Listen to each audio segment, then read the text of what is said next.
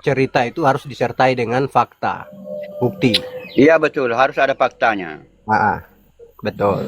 Yang berikut Pak Kalam minta maaf, ada satu lagi, eh, apa namanya? Tapi kalau Al-Quran dia mau supaya ulama itu membaca fakta. Faktanya kan ada Injil Petrus, ada Injil Thomas. Begitu maunya Ah, Al-Quran, baca Injil Thomas, baca Injil Petrus, baca Injil Apokrif Matius. Karena terkait dengan pohon kurma itu Injil Apokrif Matius.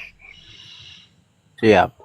Pak Ya, Kalam, satu lagi ini, minta maaf, satu lagi, eh, di Al-Quran kan harus diwajibkan untuk umat Islam itu merujuk ke Injil, harus ya. mengimani Injil. Maunya begitu, maunya Al-Quran begitu. Nah, kalau Pak Kalam sendiri, apakah merujuk ke sana atau gimana?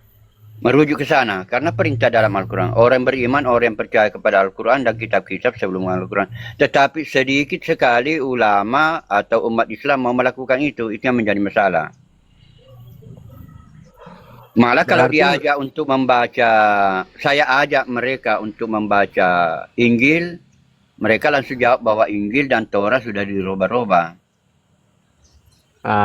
berarti Nah, mereka berdasarkan malu ya. ayat Al-Quran di surah Al-Baqarah itu ada ayat mengatakan mereka menulis dengan tangannya sendiri.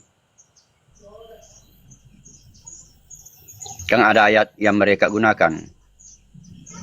Padahal ayat itu adalah yang melakukan itu menulis dengan tangannya sendiri adalah orang Yahudi yang ada di Mekah, yang ada berinteraksi dengan Nabi Muhammad.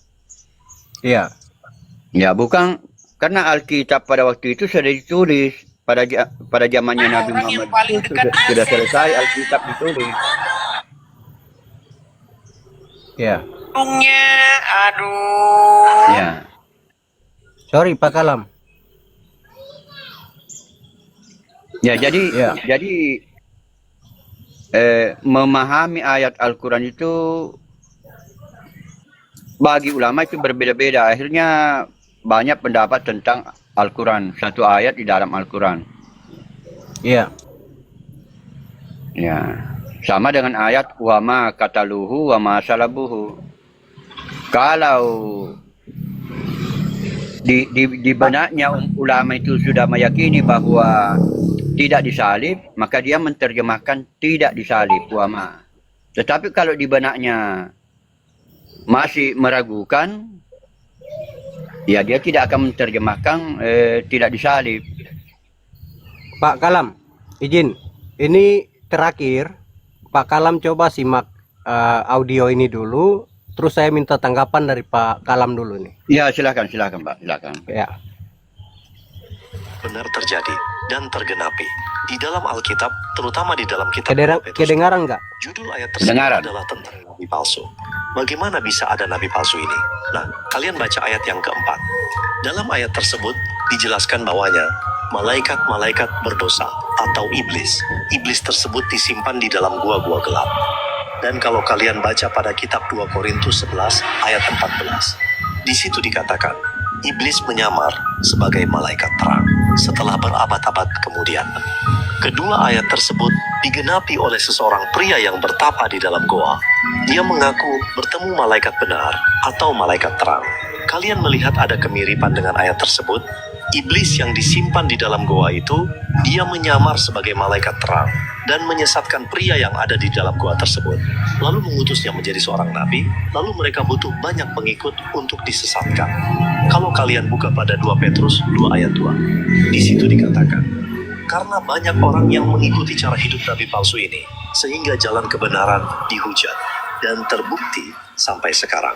Pengikut nabi palsu ini banyak sekali menghujat jalan kebenaran dari Kristus. Wow, luar biasa. Alkitab tidak pernah bohong. Sudah duluan dikatakan sebelum nabi palsu ini datang.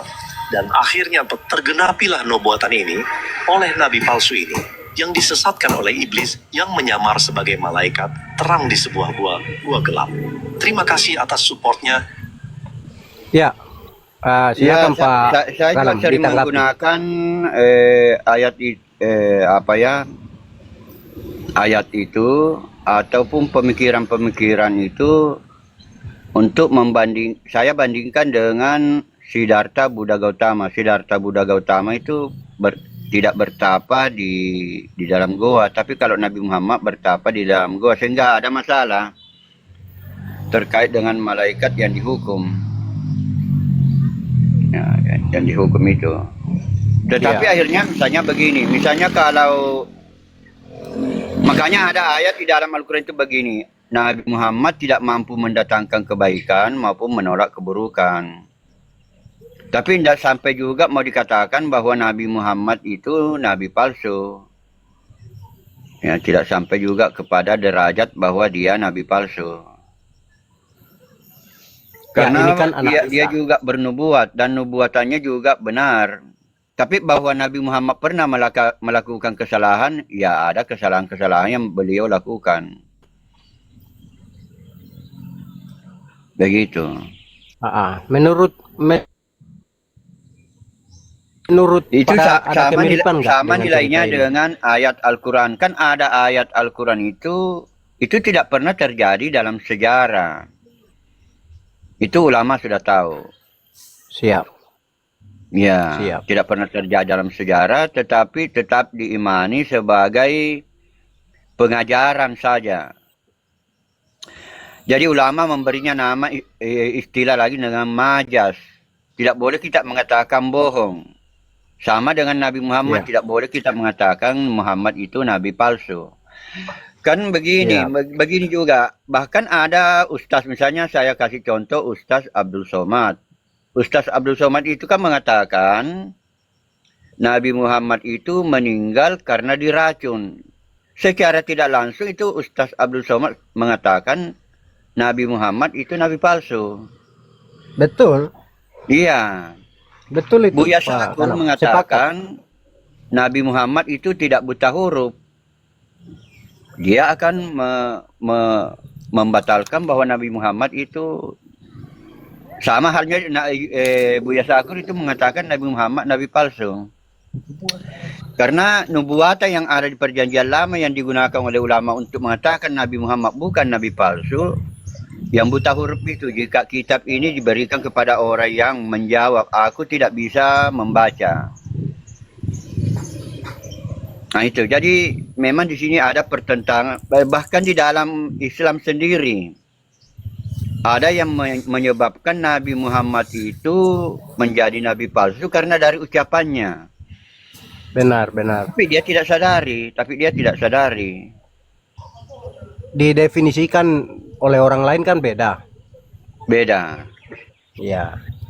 Saya salut untuk Pak Kalam karena bisa belajar tentang Injil juga, kemudian bisa memahami apa itu yang kebenaran yang ada dalam Alkitab.